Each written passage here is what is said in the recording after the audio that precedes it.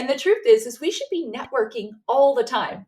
Whether you consider yourself to be an introvert or an extrovert, building relationships, adding value to people, and connecting with people is something that we want to do. And we want to do this for many reasons, but one of the reasons is it just makes our lives easier. When we know more people, when we're connected to more people, it opens up doors and access to things that didn't exist before. And it's not that we're only making these connections to get that access. We should have a genuine love for other people. God calls us to love other people. We should genuinely want to get curious about other people, what they're thinking, what they're feeling, what they're working on, what they're interested in, and how we can add value to them.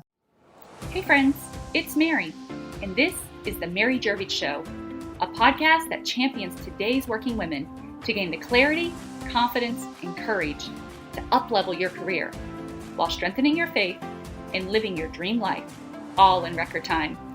We'll cover topics like career advancement, leadership, personal development, faith, and health and wellness, so you can intentionally create a career and life full of more abundance, joy, and love. Let's get started.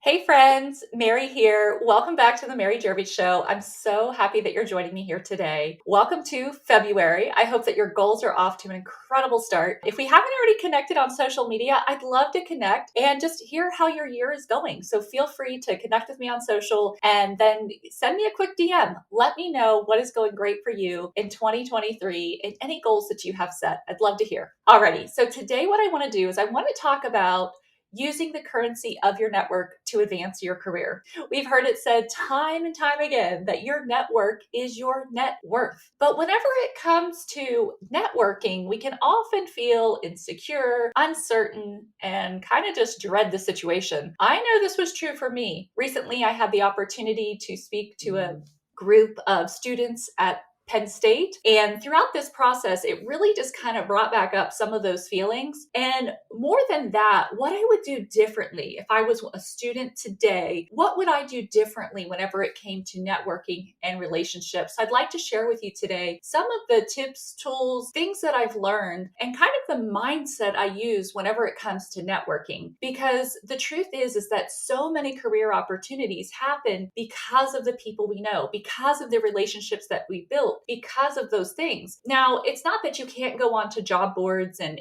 get jobs. You can. That does happen. But a lot of times when you're looking to get into specific companies, even if you don't have a current connection there are ways that we can network and really build relationships that are going to allow us to cultivate a relationship where there was none, or maybe we didn't have a connection, so we can land some of our dream jobs. We can also use our network within our current organizations in order to leverage our career advancement. Now, whenever I'm talking about these things, what I used to have this misconception that, networking was all about meeting people and connecting with people so that they could do things for me. And it was more of this transactional approach. And the problem with that is whenever we think of networking and we use this transactional approach, then we are only networking when we need something. And the truth is we should be networking all the time.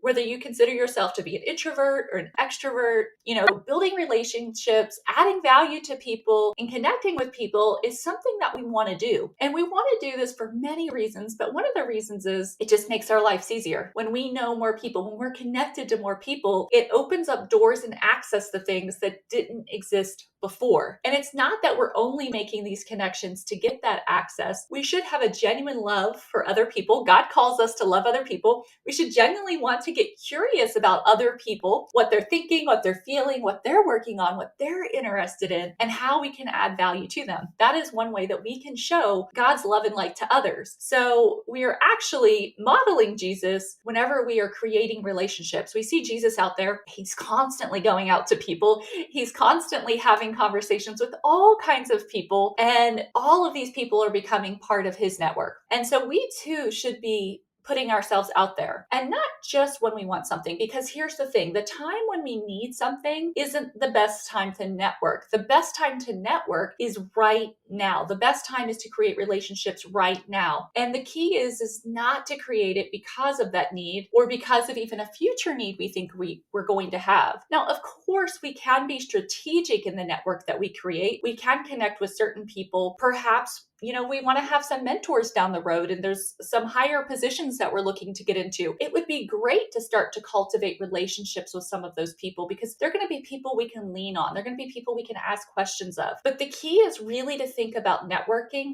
as a continual relationship building process. And so you don't have to be stressed out because there's no winning or losing in networking. It's just about creating relationships. So that pit of fear that you get in your stomach, like, am I going to say the wrong thing? Am I going to do the wrong thing? You don't have to worry about any of that because you're not trying to get something out of the other person. You're just trying to create a genuine connection with them. And so you can do that by getting curious with other people and adding value to them. So what this looks like is if you are wanting to, perhaps you want to move into a different organization or you want to move up in your current organization, or perhaps you just want to be connected to more people. I know when I was a chief operating officer, I wanted to connect to other COOs, especially other women COOs. It's not that I didn't want to connect to all other COOs. I did, but I wanted to intentionally create relationships with other women. Why? Well, we think differently. We are built differently. Our hormones are different.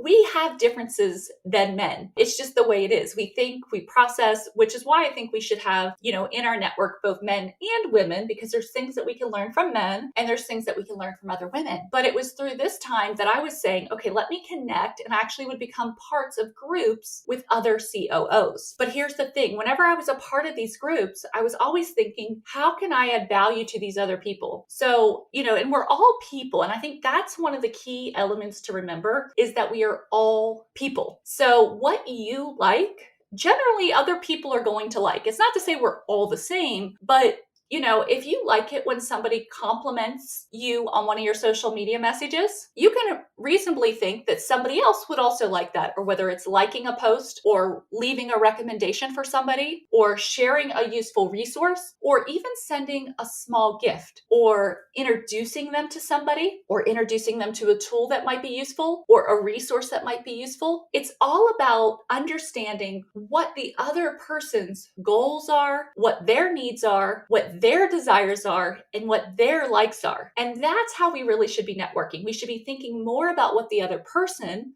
who they are and what they're going after and how we can help them come closer to that. Because when we help other people get what they want, they're going to remember us. They're going to want to help us. And so if we can give other people opportunities, if we can give other people, access to things that they wouldn't have access to without us, so we're shortcutting something for them, then they are going to say, wow, I want to do that too. And that is just the law of reciprocity. If you've ever received a gift from somebody, whether it's a lunch, whether it's a book or anything else, most often you're thinking, how can I give back to this person, right? How they've done something so great for me. How can I give back to them? And that's that law of reciprocity. And there's been many studies done on this law of reciprocity. And this is why, a lot of like chocolate shops, they will give you free chocolate when you go into the store because they know that when they give you that free bite of chocolate, that their sales are going to be increased on the back end because you now are going to